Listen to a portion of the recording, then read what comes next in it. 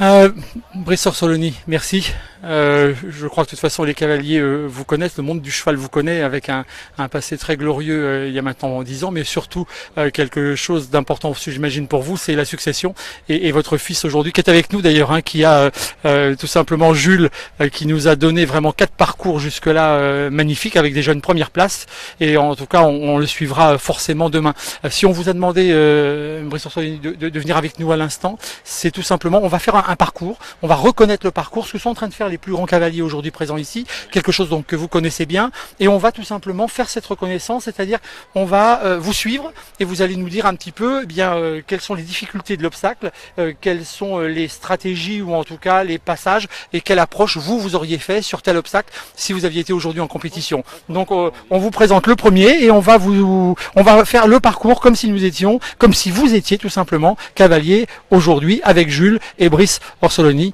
Nous sommes en direct. Alors, on va dire que le premier, c'est un Auxerre, main gauche. Ce qu'il faut prendre en compte, c'est le dénivelé du terrain, qui n'est pas du tout un terrain plat. Donc, essayer d'avoir un cheval le plus en équilibre possible. Le 1 est assez sautant. Il n'y a pas de difficulté majeure comme ça, mis à part la côte. Mais bon, ça, l'épreuve est à cette côte-là, donc ça, il n'y a pas de souci à faire. Bon, le 1, rien de spécial. Mis à part le dénivelé, il vient légèrement monter, donc avoir un cheval qui est bien dans le galop et qui est prêt à aller enclencher son parcours. Alors, entre chaque obstacle, forcément des longueurs différentes. Hein, voilà, là, Jules va compter la distance. C'est Jules qui va nous dire la distance.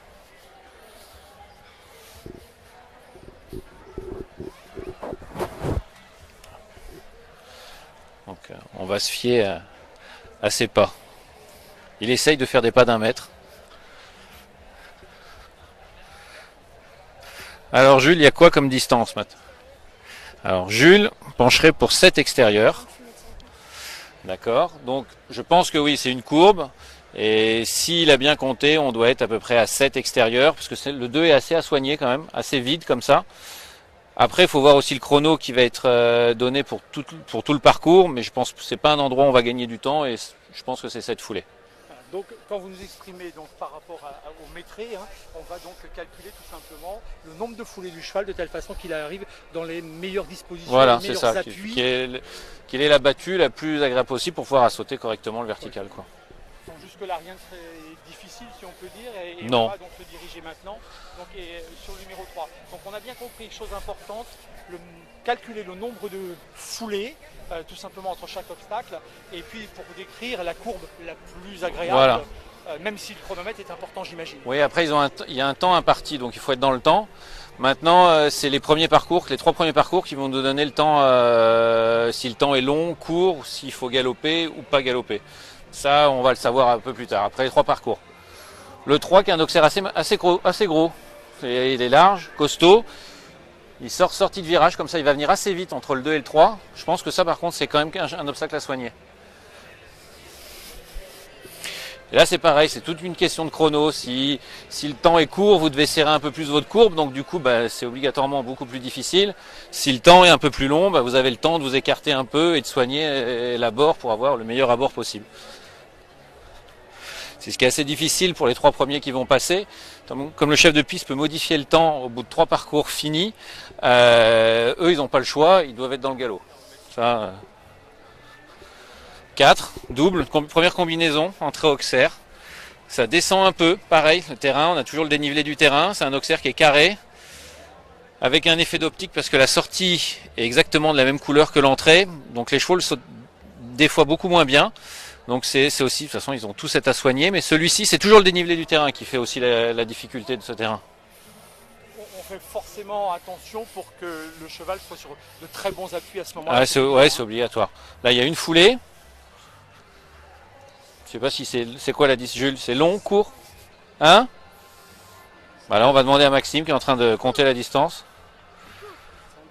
Un peu court, donc en plus on a un saut sur un Auxerre dans la descente et une sortie verticale, donc effectivement ça va être court. Est-ce qu'on peut penser que c'est quelque part de la part du chef de piste, quelque chose qui est un petit peu c'est voulu en fait.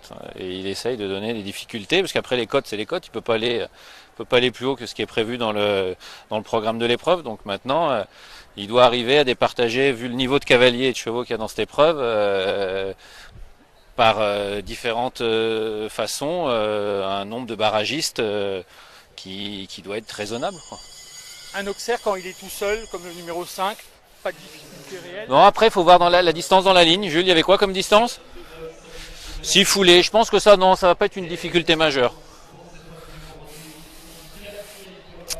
Là, ils ont toute une grande courbe pour arriver sur un triple, qui est donc la deuxième combinaison de l'épreuve. Entrée verticale, une foulée Auxerre, 2 foulées verticales, qui est assez clair. Pareil, on retombe à peu près comme la première combinaison, ils sont tous de la même couleur. Donc les chevaux, dans leur approche de la barre, ont un peu mal à juger un peu l'obstacle. Donc c'est déjà un peu plus difficile. On voit que le chef de piste est en train de changer les fiches. Voilà. Donc ça va être des fiches un peu plus plates, donc du coup encore un peu plus délicat. Donc vous n'avez pas trop le droit de toucher l'obstacle. C'est-à-dire qu'on augmente la difficulté. Voilà. Comme on peut pas changer la hauteur, ils augmentent la difficulté en mettant des petites touches comme ça de finesse pour arriver à rendre les obstacles encore plus légers et plus sensibles. Pour bien démontrer aux auditeurs, ce qu'on va faire, c'est qu'on va se rapprocher, si vous voulez bien, Brice. C'est qu'en clair, si on soulève la barre, ici vous avez une encoche qui effectivement est un petit peu plus élevée sur celui-là. Un petit peu plus élevée, donc qui fait que si tout simplement le cheval tutoie, et bien la barre peut avec un peu de chance, elle ne peut ne pas tomber. Alors que sur une plate comme tout à l'heure, là, si vous touchez, vous avez 90% de chance que ça tombe. D'accord. Donc on comprend bien, entre guillemets, ce qu'un chef de piste, effectivement, va il joue beaucoup sur ça, sur les couleurs. Est-ce qu'à ce stade du parcours, Brice, est-ce que vous pouvez nous dire, on arrive donc à la deuxième difficulté sur un triple, derrière déjà 6 sauts, ouais. Forcément, il est légèrement, je dirais, en montée à ce stade-là.